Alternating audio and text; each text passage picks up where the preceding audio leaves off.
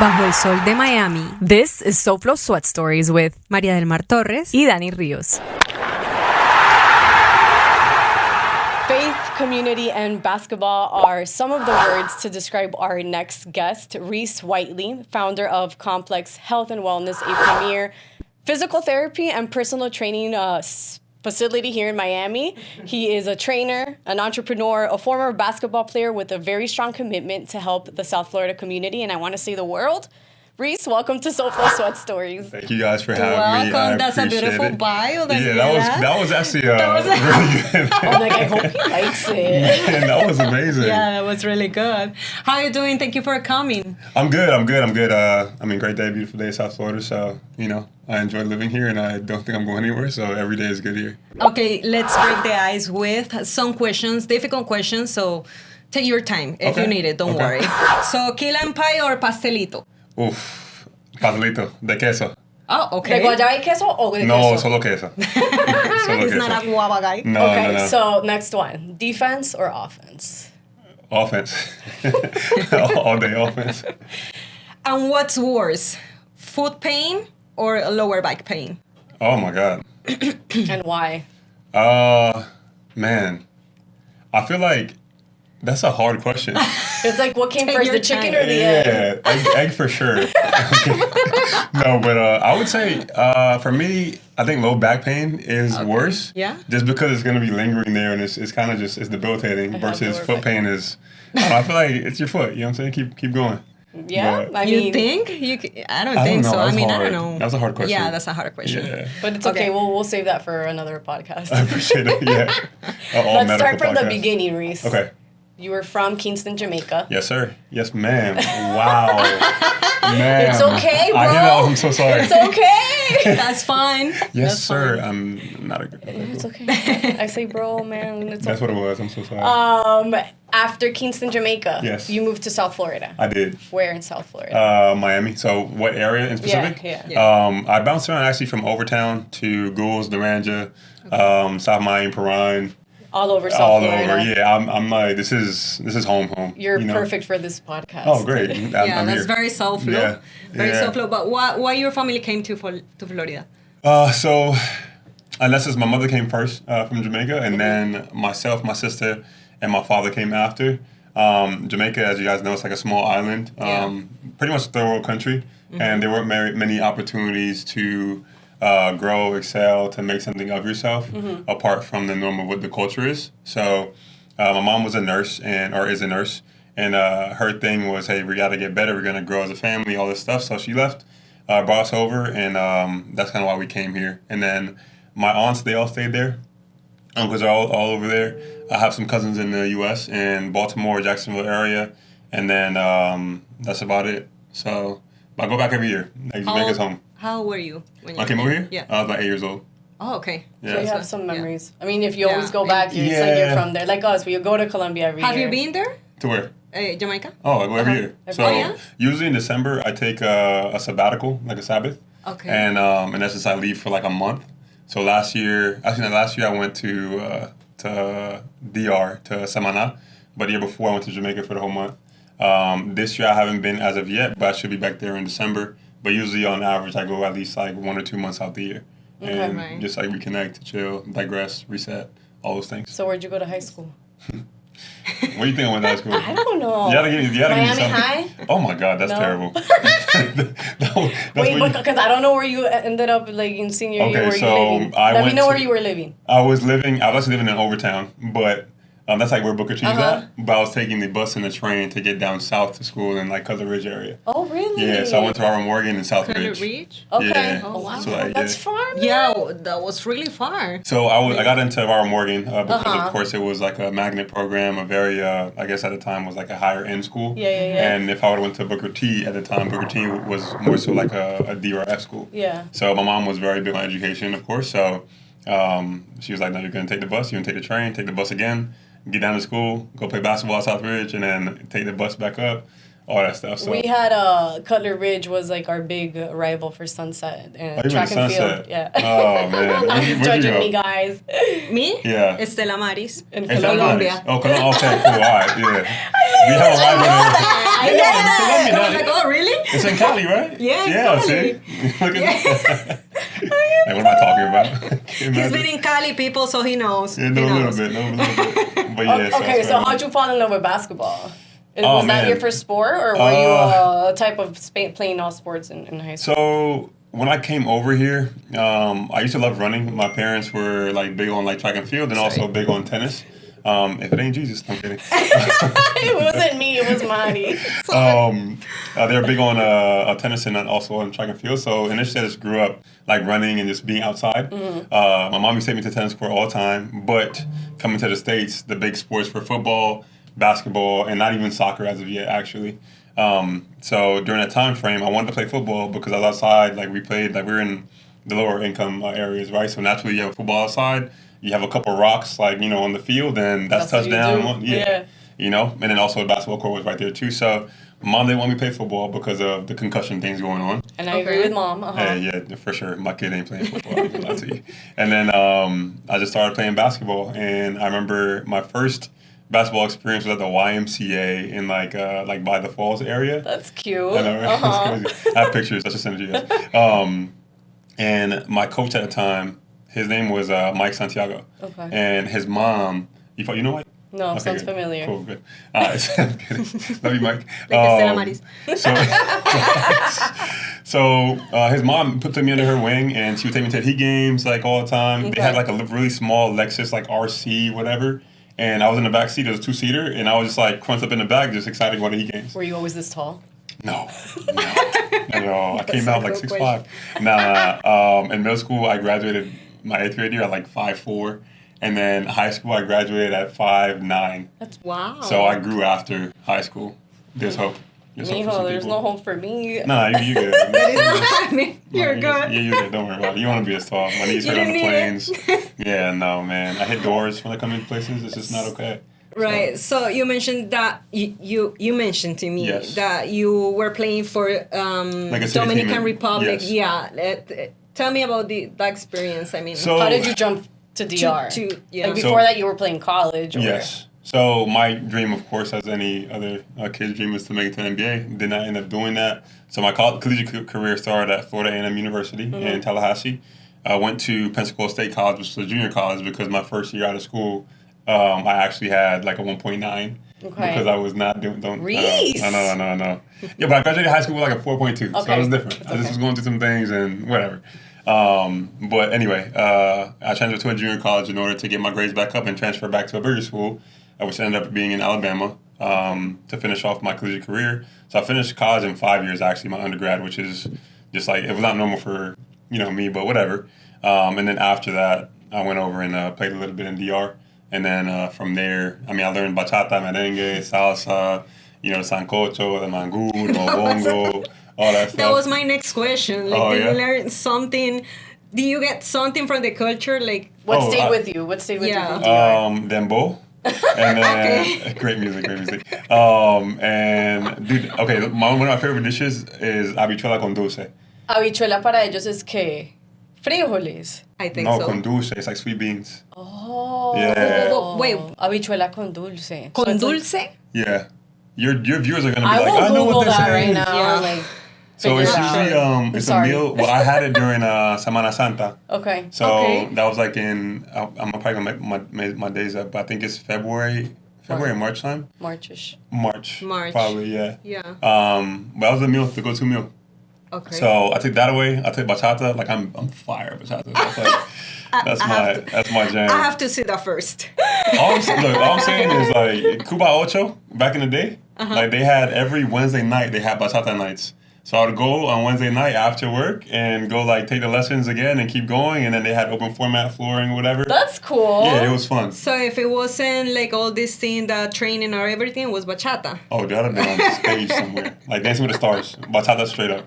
For sure. I can imagine. Okay, I love that. Yeah, I love that. Imagine. And then how did you get to do Complex? Was that like a dream or you went through something and you're like, I want to do this? So it's interesting because I got asked this question in the barbershop just now. Oh, really? Yeah. Okay. And he's like, well, how'd you start this whole thing? So basically after that time of playing basketball, I came back to the U.S. and I remember telling my mom, I was like, man, like I just don't love basketball anymore. And she was surprised because I grew up playing. I was pretty good at it. You know what I'm saying? I loved it. It was a passion. What happened? It happens, though. Yeah, it does. It's a lot of politics in sports, one. And then you just get fatigued and tired of the same things over and over and over again, you know? So the redundancy of, getting up and it's basketball and it's just basketball and there's no, like, full purpose in it. And I'm a person that's more so tied in with purpose and fulfillment, but I wasn't being fulfilled at the time. Okay. So my mom was like, yo, look, go back to college. Go back to university or whatever it is and go be a nurse. And I was like, Ma, I'm too big. I am too big to be a nurse. There's no way. And in Jamaican culture, like everybody's like a nurse or a doctor or engineer. Like those are the careers, right? Similar to probably like. And you just said 5 years for you was a lot. Yeah. So imagine another 5 years. Yeah, I'm cool. I'm cool with that. So anyway, I started working at Enterprise, run a car, shout out Enterprise. I did the management program for 7 months, which basically teach you how to manage, how to grow, how to scale, how to read numbers and stuff like that. And then I quit because I couldn't work under anybody. I was very much, I don't call it rebellious, but I knew my path was more so like in leadership kind of thing. Right. And it wasn't just to move cars. You know what I'm saying? So I didn't resonate with that. So ended up going back to school. I went to Broward College and got a couple more of the prerequisite classes, and then applied to FIU and actually applied to, I think, over 20 universities. Really? Which is really funny because a lot of times people look at success and like, oh yeah, you made it, you did all this stuff, it's great, but they don't look at the failures that's involved or the times that was like really hard in order to get to where you're at. And I got rejected by 19 schools. Wow. And I had the grades, I had experience, I had everything. 19 of the schools was like, yeah, nah, you can't come here. That's a lot of applications. That's a lot of applications. Yeah. It was a centralized application system. It sent out to everybody. But it says something to you. As you say, there is a purpose, a path for me. So what was the hardest moment when you first started your business? Oh my God. So far, because I know there is a lot. Yeah. So we're 4 years into business, right? And a lot of times, if you look at statistics, first year, businesses usually fail, and before 5 years usually fail, right? And after that, you have like 7, 10 years, and then like 15 plus, whatever. My first year in business, it was nuts. Okay, so it was during COVID, so I opened up. Well, first of all, I dumped all my money into the business in I want to say February of 2020. Oh man, right? It was like a month before. Right. Yeah. So imagine like, you put $100,000 or whatever it is into these things, and then I had 2 partners or whatever. We put our money into it. Yeah. And then COVID hit, but COVID didn't affect us till like maybe like March, April-ish. Yeah. Right. Mm-hmm. So whatever, doing our thing, whatever, building out. COVID started to happen, and then one of my partners went West Coast to be with his girlfriend at the time. Now they're married, and my other partner went somewhere. I don't remember where he went, but then COVID happened fully, and they shut us down. So imagine you put like your last dollar into something, like literally. I would start crying. Really. Wow, yeah. You almost did. I don't imagine. Almost did. I was sitting there on my knees. I did. So don't tell the viewers about that moment. But put my last dollar into it, and I remember calling my mom like, Ma, I put my last dollar into this. Is crazy. She's like, what you going to do? I was like, I don't know what I'm going to do. Like nobody knows, right? Like did you have like a physical location of where your business was going to be? I just put down the deposits for everything. So I signed the contracts, put the money in, I ordered the equipment, all that stuff, and then I go to the door and it's like, oh, you can't open. You know what I'm saying? And we only had like at the time like 1,100 square feet of space. But whatever. So I looked at it as a blessing. I was like, you know what? If I would have had just started off rip and just went for it, it may not have been as successful as it is, right? So I learned how to put flooring down, I learned how to paint, I learned how to put lights up, I learned how to do all this stuff in order to make the facility as beautiful as it is right now to my own capacity, That's right? Cool. Okay. And then a lot of my homies just pulled up and just started helping me out. You know what I'm saying? Some like professional athletes came down and was like, yo, we'll help you because we don't got nothing to do. My boys was like, I got to get out of the house. Like, so we all just started being handymen. And then finally lifted up a little bit of it, and we were really cool with the police department, right? So the police department was like, oh, look, like, hey, put your paper up in the windows, make sure everybody got masks on, do your thing, but of course be within reason, right? Yeah. So we did that. We were able to generate some income, right? I didn't pay myself like for a while. Bruh. I didn't pay myself for a while, man. But thank God, like. My landlords were super lenient. People around me were very supportive. I ate a good meal every day. My friends would always just cook for me and stuff like that because I always put my staff first. So I didn't want to be a business that, in essence, my people never got paid. Yeah. Right? That's like my biggest fear, right? So I put myself on the back burner, make sure everybody else was eating, and then we just kept growing and scaling. Within 4 months, we were able to have overcapacity, open up the wall, and then we have 2,600 square feet of space, something like that. And where exactly is it in? And you know where Casa Cuba is? Casa Cuba. Yeah. Casa Cuba. So, I mean, I'm a recent mom. I don't know where anything is. Yeah, South Miami. Yeah. So you know Sunset. You know the area. Yeah, you know Sunset. Okay. Of course. Oh, wow. So, like Sunset Place is like on 72nd. We're on 58th and that intersection right here. Okay, I need to start going out again, guys. Hey, pull up, man. Yeah, we there. I'm living in Fort Lauderdale, so... Oh, we're opening up in Fort Lauderdale. Oh, really? Yeah. When? Las Olas in August of 2025. Oh, wow, Yeah, nice. Wow, for sure. I'll be there. I can't be pregnant next year. I'm just kidding. Chill out. I know. You were planning? You were planning? No. I'm saying this to the camera. No. Don't say no. That's oh my God. No digas de esta bueno beberé. Okay, Reese, do you have kids? I don't have kids. You I have have a Doberman, yes. Oh, what you mean? Yeah, I have a Doberman. She is 6 months old now. She's about 40 pounds. What's her name? Rooney. Oh, Yeah, Rooney. She's a little red Doberman. Yeah, with like light brown eyes. You like soccer? I do. Yeah. I saw you went to Liverpool. Oh, I was stalking you. Dude, yeah, I went to Liverpool. She did. You had a very fashionable picture. Like. Oh, I did.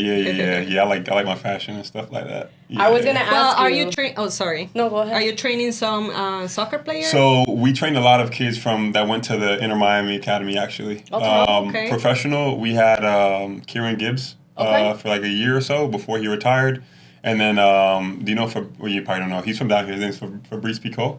They call him Fafa, but he's a really good athlete actually. Also here in South Florida. Yeah. But he was in, dude, I don't know what team he's in now, to be honest with you. He always jumps around, but that's about it for soccer. We really focus on. But you've done NBA, you've done NFL. We were doing NBA. Like it's not even done. Like we're doing it. We had the pre-draft this past year, which consisted of 12 athletes, basketball players that were going into the NBA, and 9 of them got drafted in the first round. Oh, and then nice. We also work with current NBA players from every team. So I think in total we probably had like 30 or so guys that we work with all summer. Okay. And then next year we have the pre-draft again, which will be another 12 or 13 guys. Next summer we'll probably have like... Right, the offseason. Yeah, so it's going to keep growing and stuff like that. Cool. So, yeah. So it's a thing. Do they hook you up with free tickets? Brother, come on, man. Come on. When we going to go? What do you think? We all going. We can do that. Well, getting serious again. Yes, Reese, how do you incorporate faith into your business? My business is faith. I think business or entrepreneurship is all it leads to is faith. Basic faith. Yeah, because, for me, I believe in God. And I think that my life basically alluded to the fact that he's the one that's in control. You know what I'm saying? So, like, everything I do, I always give my gratitude, give my praise. I wake up at 4 o'clock in the morning, I read my Bible. I get down on my knees and pray and stuff like that because I know that if it wasn't for him and his strength, I couldn't have gotten through, one, my youth experience, but 2, being able to build a business that is, successful, it's growing. Opportunities they're coming left and right, and it's because I believe. You know what I'm saying? So I think that with anything that you do, and again, I'm biased because I believe in the Lord Jesus Christ. I'm Christian, but anything that you do, if you put him first, if you fully believe, and if you put forth the effort, I think everything works out. Whether it's bad, it always works out for the good, and the good works out for even better. So, do you think is faith connected to mental health? 110%. Man, I don't understand how people operate without faith, to be honest with you. I That's totally always agree. been... I've always asked myself that question. Yeah. I even talked to my mom about that the other day. Like, how? I mean, they must believe in something, people, you know? Yeah, it doesn't matter if it's Catholic, Christians, if it's God, if it's any God that you believe, you're believing in something, right? So you have to be moved for someone, for something. 100%. It's impossible to do things thinking like, oh, it's just by me. Right? Yeah. And I think that even to that point, too, it's like when you don't have something that you have a founding principle on or you believe, then it's easy to, like, sway or give up or, honestly, like, a lot of people, if you talk about suicide and stuff like that, like, it's because they don't believe in anything anymore, right? And I've had friends that has committed suicide and stuff like that, and it always led to dang, where was their faith at? Oh, they didn't have anything anymore. Oh my God, but it's all good. It's impossible, man. She's fired. You're never allowed on here again. Let's say it's my baby. Let's say it's my baby. No, it is. But no, it's a big part of who I am. And I love that you're so like open out there. Sorry, guys. Yeah. About it, because a lot of people are embarrassed. I don't know why. For like to show their faith. No, yeah. I mean, I wear a Star of David around my neck. I saw it. I love it. Hey. So I have I'm a clown. I'm reserving myself back right now instead of being like that. I have a lot of friends that are Jewish, right? And I remember one of my clients, they invite me to their home on a Friday night, and I'm like, I'm down, I pull up. Ooh, you ate good. Bruh, I mean, listen. Hey, Shabbat dinners, if you haven't been to one, make sure you go before next week. Go to a Shabbat dinner. But we sat down. It was the mom, the dad, the 3 sisters, the brother, their significant others, and they sat down at a big table, right? They said their prayers and stuff like that, washed their hands 3 times on one side, 3 on the other, poured it out, was silent, then sat down. They broke the bread, tossed it, said their Baruch Atah Adonai, all that stuff. And bro, they chatted up for like 2 hours about just life. I think that's beautiful. It's the most beautiful thing I've ever seen in my life, right? And it's something that I instill now, just in my movement in my life. Is like, hey, we're gonna get a night, Friday night or whatever it is, and I'm gonna invite all my friends over. We're gonna have a Shabbat dinner, and we're just gonna talk and just connect. But I saw how those principles in the Jewish faith translated through the kids and the kids and all that stuff, where it's like it's generational influence. And for me, I'm about generational influence and impact, right? So seeing how they go to their synagogues, if I'm saying synagogues, right? Or they meet up and do all that stuff and do business together. It's like, dude, like, how could you not, to me, support that? I know there's deeper levels of stuff from that standpoint, but I also think a lot of faith is connected together, because when you look at their scripture and holy text, it's like the first 5 books of what I read. Exactly. But they just kind of stop right here, and then we just keep going. And then the same thing in other faiths and stuff like that too. There's a lot of synergy, right? But that's just my standpoint, right? But I believe what I believe, and they've accepted me and honestly brought me into their home, and I've prayed at their table how I pray, and they've loved it and welcomed it and stuff like that, even though we believe differently, and that's fine. But I think the biggest impact anybody can have in accordance to faith is how you walk your life out, right? Like, what are you doing on a daily where somebody can see, this is who you are, and okay, why is a person like that, and like, why do they impact me in such a way? And that leads them to believe either what you believe or something similar to whatever it may be, right? So that's amazing. What role do you see sports in fostering unity? I mean, we talked about faith, but about unity, sports? Division? I'm kidding. Opposite? Reese, hello. I'm kidding. Well, you're a soccer fan, right? Yeah. Okay, who do you support? Atlético Nacional. Atlético Nacional. Are you Colombian? That's why. That's crazy. Okay, all right. If she mentioned Nacional, don't ask. Right, I mean, that's it. But I think that we have 25 seconds. There's a guy in the background just like directing. You don't see him. He's a girl. Our producer wants to go to the bathroom. 25 seconds to tell all your story. Right now. Dang. Okay, so sports and unity. What was the question? Don't worry, it's an inside joke. My bad.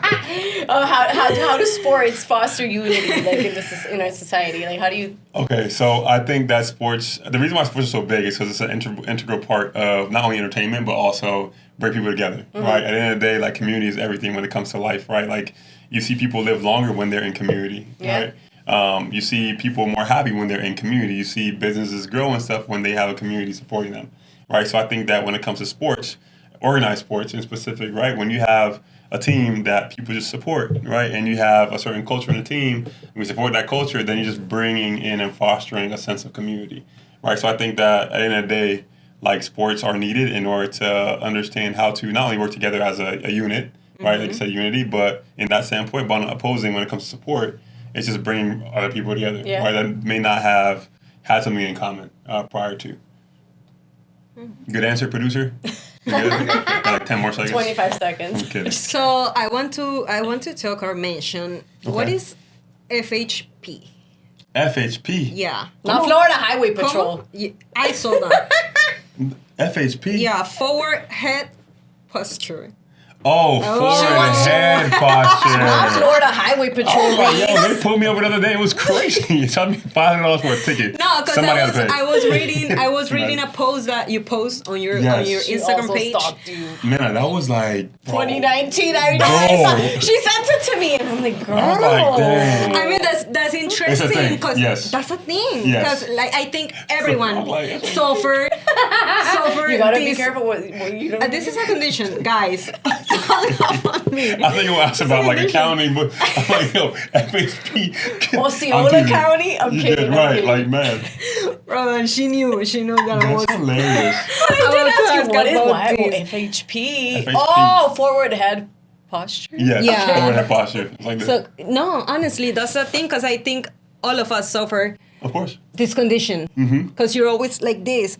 But when I read the post, I was like, what am I doing to myself? But does it have to do with that, or is it like just like your spine and your like? So okay, all right. So I haven't. Okay, Reese mode. All right, hello. Okay. So I haven't done rehab in so long. Okay. Right? Because I went more on the business side. So now I manage and operate a business. I grow the business. I do the training and stuff like that. But yes, I do know what FHP is. So let me give you a little background real quick. All right. And if I get some of this wrong, somebody just go ahead and interject and put a little note, whatever. Just bring out your Instagram post and just I know I'm about to. You're like, all right, pull my phone out, but it's cracked, so I can't. Anyway, so forward head posture. A lot of people like, okay, with the body, you adapt to certain stimuluses, right? All right. So like, if I'm sitting on a computer, right, all day, I'm doing this. This ends up being your most comfortable position. So naturally, when you try to be like more erect in your posture, it's uncomfortable and you last for like 5-6 seconds and all of a sudden you're like this. Yeah. You know what I'm saying? You're like describing me. But no, you're beautiful. You're good. You got it.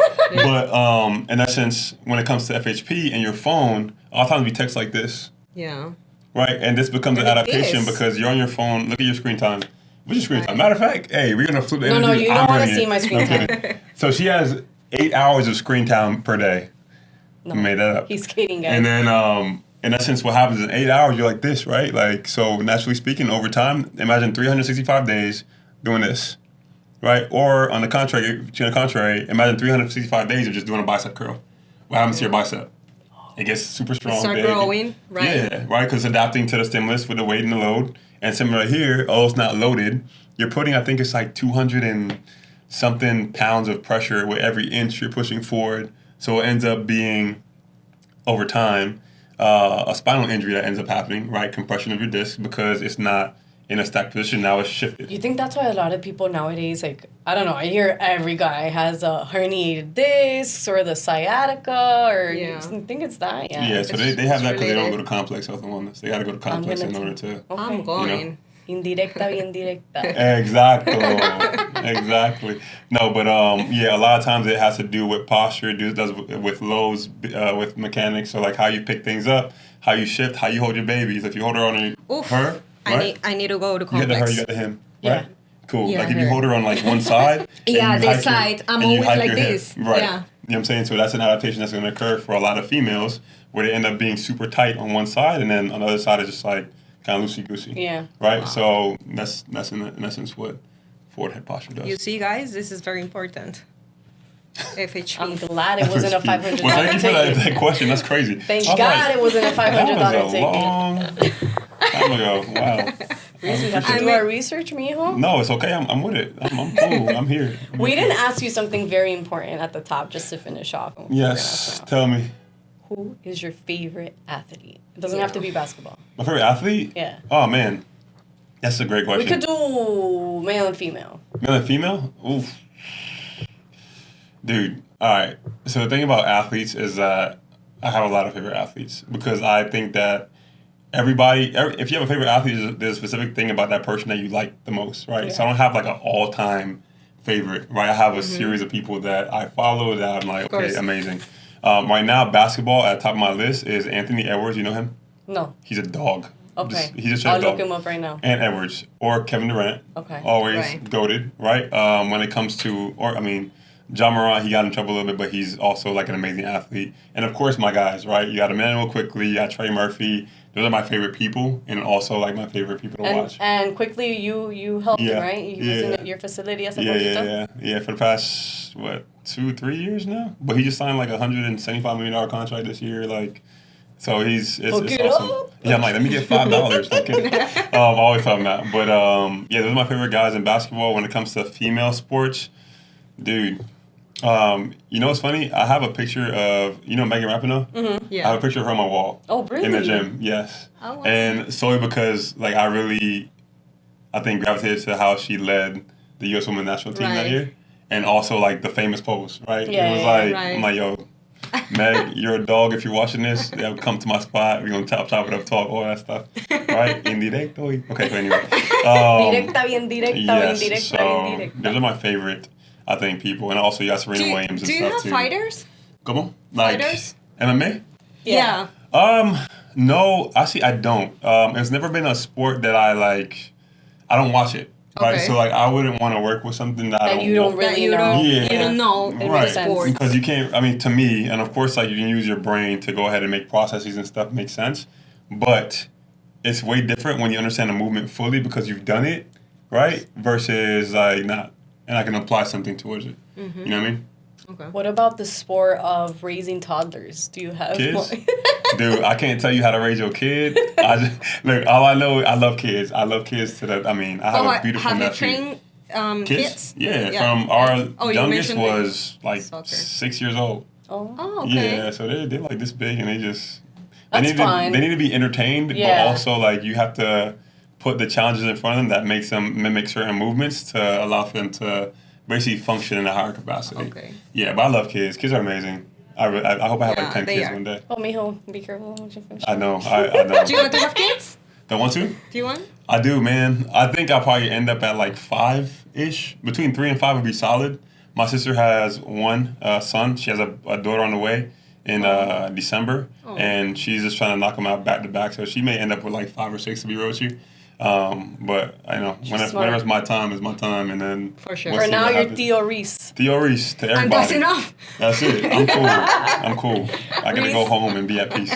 Yeah. I gotta go home and go with your mom. And you get to go to the gym. No, but I don't get to sleep because my dog she howls. Oh, that's another baby. No, yeah, it's annoying. Dobermans get up at the night and they're just. I'm like, why? All right, whatever. Did you cut her ears? Okay, I didn't cut it. Okay. But the breeder did. Okay. I did not do it. Okay, so, this is the thing. And I know there's a lot of back and forth between it. So, I didn't really know the full process until we had her. You know what I'm saying? But her ears are standing. They're beautiful. Don't get me wrong, right? But I know the process to it. I wouldn't have done it if it was like, no. And also, like, I know people that do it at like a year and a half. I'm like, that's kind of savage. But God. We got her when she was 10 weeks old. Okay. And she already had the ears cut. They're already posted and stuff like that. So, but you don't post her. Me? I don't post anything right now. Oh, that's right. You are off Instagram. I'm on a 90-day Instagram fast. I missed that note on his bio. I did. Yeah. So. Yeah, I'm gonna repost this in January when I get back on. And I'm gonna shout it out. I know. Disclaimer. I know. I'm so sorry, but I needed a cleanse. And oftentimes I think with Instagram, people just get consumed. It's not real. No, it's not. And you just get caught up in the swipe, and then you get caught up in what people are doing. No, I admire you. Oh, thank you. I appreciate it. Because it's difficult. It's hard. No, it is hard. And you're disconnected from everything. Reese, since you won't be seeing this, no, I'm kidding. I'm gonna see it. I have it posted on my business page. We will cancel this episode. No. Tag the business page. I'll make sure that they get it going. I'm sorry. No, it's okay. Well, do you want to promote Complex Health and Wellness? Yeah. I mean, invite everyone, whoever's watching. Like, invite my dad. Pa. No, but so if you guys have any ailments, any dysfunction, any pain, want to get into the tip-top shape or perform like an athlete even though you might not be one, come to Complex Health and Wellness. It's 5829 Southwest 73rd Street in South Miami, Florida, suite number 2. And if you live in Fort Lauderdale, we'll be up there in Las Olas in August of 2025, and we'd love to have you. And if you watch this, the first one's on me, and I don't give that out very many times. So, hey, take it for what it is. Yay! Thank you. Thank you so much for joining us. Of course, guys. I appreciate y'all. Thank you. Thanks for doing it. Bye.